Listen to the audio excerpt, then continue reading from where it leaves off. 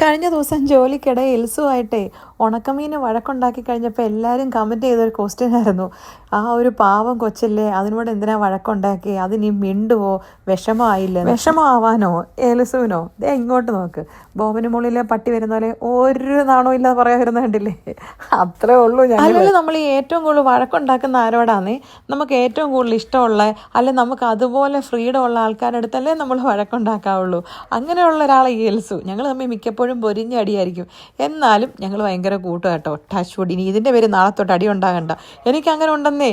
ഞാൻ ആരെക്കുറിച്ച് നല്ലത് പറഞ്ഞാലും പിറ്റേ ദിവസം എന്നില്ല, ഉടനെ തന്നെ അവരുമായിട്ട് അടി ഉണ്ടാകും, അല്ലെ അവരുമായിട്ട് പിണങ്ങും. ആ ഒരു എക്സ്പീരിയൻസ് നിങ്ങൾക്കുണ്ട്. കഴിഞ്ഞ ദിവസം സ്റ്റാഫ് ലോഞ്ചിലിരുന്നപ്പം എവിടെയോ എൻ്റെ ഒരു ശബ്ദം നോക്കിയപ്പോൾ എൻ്റെ ഫ്രണ്ട് ഇരിക്കുന്ന ആളെ എൻ്റെ വീഡിയോ കണ്ടുകൊണ്ട് ഫുഡ് കഴിക്കുക. അഞ്ജലിയുടെ മുഖത്തോട്ട് നോക്കിയേ, എന്താ സന്തോഷം. അങ്ങനെ അഞ്ജലി അറിയാതെ പുള്ളിക്കാരത്തിൻ്റെ വീഡിയോ ഞാൻ റെക്കോർഡ് ചെയ്തതാണ് കേട്ടോ. വിശ്രമവേളകൾ ആനന്ദകരമാക്കാൻ എൻ്റെ വീഡിയോ കണ്ടാൽ മതിയെന്നേ ഞാൻ പറഞ്ഞതല്ല.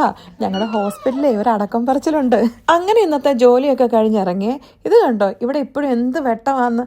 ഇവിടെ സമയം 7 മണി കഴിഞ്ഞേ. പക്ഷേ നമ്മുടെ സൂര്യൻ ചേട്ടൻ ഓവർ ടൈം പണി ചെയ്യുന്നതുകൊണ്ട് സൺസെറ്റ് ആവാൻ ഇനി ഇഷ്ടംപോലെ സമയം. അതുകൊണ്ടാണ് ഇപ്പൊ കുറ്റാക്കുറ്റ് ഇരുട്ടിന് വരം കുറ്റാക്കുറ്റ് പകലായിട്ട് നിൽക്കുന്നത്. എന്താ അല്ലേ പ്രകൃതിയുടെ ഓരോ ലീലാവിലാസങ്ങൾ. അപ്പൊ ശരി, പോയിട്ട് വരാം.